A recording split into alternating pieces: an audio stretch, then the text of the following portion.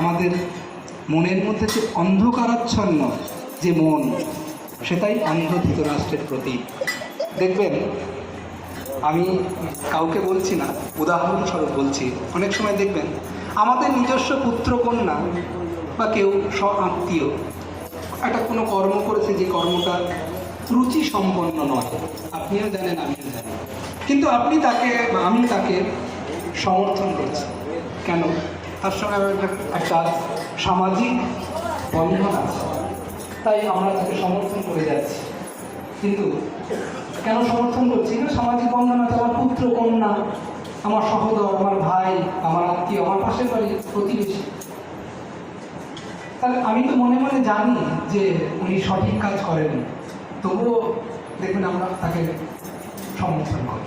এটাই আমাদের অন্ধকারাবৃত মন। তাই এখানে ধৃতরাষ্ট্র নিজেও জানতে